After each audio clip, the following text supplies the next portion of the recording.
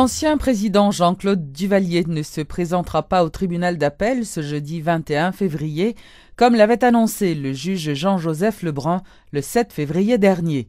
Les avocats de l'ancien chef d'État annoncent avoir saisi la Cour de cassation dans ce dossier. Reynold Georges, Alix Gentil et Fritz Canton dénoncent l'incompétence dont a fait montre la Cour d'appel dans le traitement de ce dossier.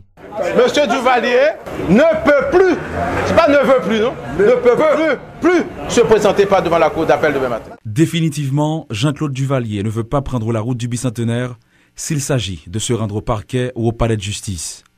Après avoir répondu par une lettre le 7 février dernier à l'invitation du juge du tribunal d'appel Jean-Joseph Lebrun, l'ancien président Harvey Haïti a changé son fusil d'épaule.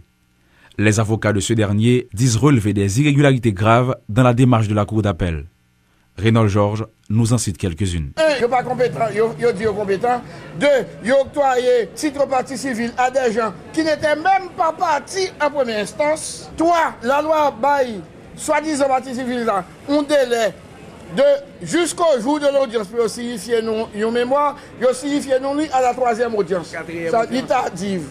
Ensuite, dans mémoire, yo a frappé de nullité radicale, il y aurait les morts, nous sommes bons morts aussi, Simon Duvalier, etc. dans le tribunal. Il va connaître les morts sans autorisation par un samedi. Et fort de tout cela, la Cour de cassation a été saisie par ces derniers. Selon Maître Reynold Georges, le tribunal d'appel ne peut plus rien contre son client. La Cour de cassation de la République en date du 24 juillet 2001 s'est rendu arrêt côté du président Duvalier, étranger à toute fait de concussion, malversation, vol, etc. a été dit, pas concerné. Depuis son retour au pays le 16 janvier 2011, l'ancien dictateur haïtien a fait l'objet de plusieurs convocations, tant au parquet qu'à la cour d'appel. Sachant que la Cour de cassation est la dernière instance dans le système judiciaire en Haïti, s'achemine-t-on vers la fin de la saga entre Jean-Claude Duvalier et la justice haïtienne?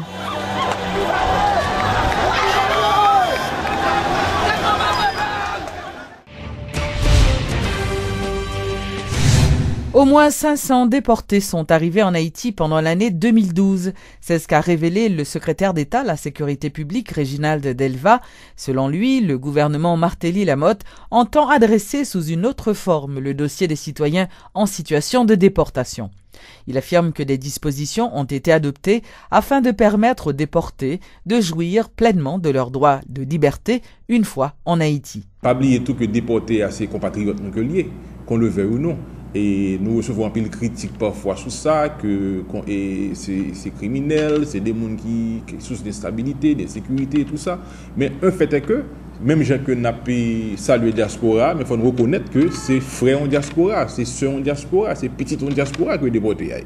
Son ancien diaspora que déportés. Donc là, il faut nous être très clair, ce sont quand même des compatriotes. Il faut nous quand même saluer tout programme et gouvernement américain et il faut nous dire que c'est un modèle que nous avons essayé de mettre en place pour l'autre pays tout, qui vont y déporter par rapport à volume d'information que nous sont déportés avant même que vous arrivez. Ce n'est pas contrairement à ça que nous comprenons des gens qui débarquent dans l'aéroport et puis nous voyons débarquer. Au contraire, nous saluons quand même l'effort qui est fait dans ce sens depuis quelques temps pour que bien avant que les déportés arrivent en Haïti, documents soient arrivés. Et de deux façons, documents durs arrivés et documents quand même électroniques arrivés pour que l'on contrôle du côté haïtien.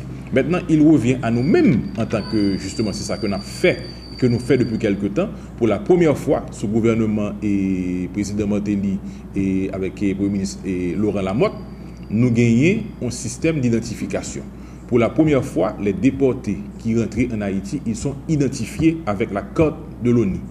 Donc, c'est une grande première que liée et son façon pour que nous avons un droit citoyen.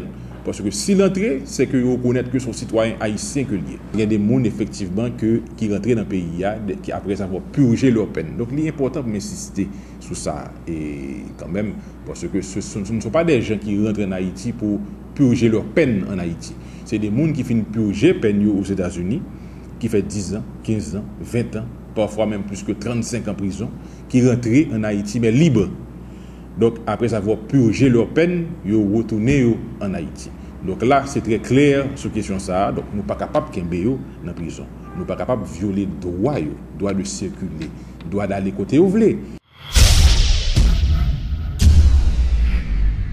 Une délégation de parlementaires américains conduite par le sénateur démocrate Patrick Leahy séjournera en Haïti le 21 février prochain. Les 7 membres de la délégation auront des entretiens avec les autorités haïtiennes, dont le président Michel Martelly, et une source diplomatique a indiqué qu'il s'agit là d'une visite d'information et d'évaluation. Les parlementaires américains pourront évaluer la stabilité politique du pays, avoir une meilleure compréhension des priorités du gouvernement et évaluer également les projets financés par les États-Unis. Le sommet de la CARICOM qui vient d'avoir lieu en Haïti est un événement considérable, a affirmé le responsable de l'initiative de la société civile, Ronnie Desroches, qui s'est dit très satisfait des résultats du sommet. Il estime que c'est un excellent signal qui va dans le sens de l'action du gouvernement pour ouvrir le pays aux affaires. Le professeur estime toutefois qu'il y a encore beaucoup de travail à réaliser pour attirer les investissements. Être ouvert, c'est une chose, mais être prêt pour recevoir les investissements directs, là c'est une autre chose et il ne suffit pas de le dire, il faut travailler énormément pour y arriver. Dans certains secteurs par exemple, on sent qu'il y a des efforts qui sont faits. Je prends par exemple le domaine du tourisme, n'est-ce pas? On voit qu'il y a des investissements qui sont faits, des contacts qui sont faits et qui peuvent éventuellement nous apporter quelques investissements dans le domaine, quelques touristes, etc. Mais il y a d'autres domaines, n'est-ce pas, où il y a encore énormément à faire. Prenons simplement la question du centre de facilitation des investissements.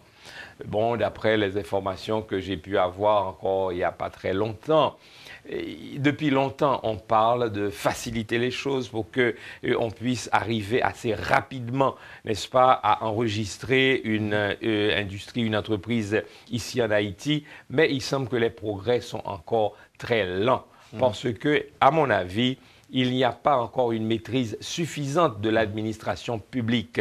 Il y a encore énormément de lenteur pour arriver véritablement à faire ces formalités. Donc ça, le processus a du plomb dans l'aile. Toujours du plomb dans l'aile. Il y a d'autres éléments aussi.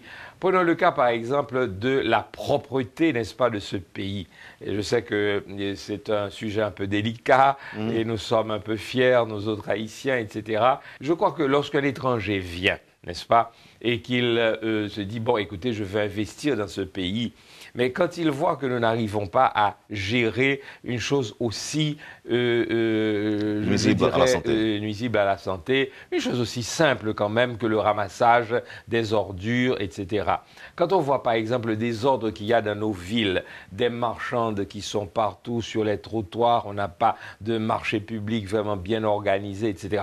Il est vrai que parfois des efforts sont faits, et de tantôt à Pétionville ou ailleurs, etc. Mais parfois ces efforts ne durent pas longtemps, on commence, etc. Je pense que la personne peut ne pas avoir une garantie qu'il y a une maîtrise dans ce pays et il n'a peut-être pas l'intention de risquer ses capitaux.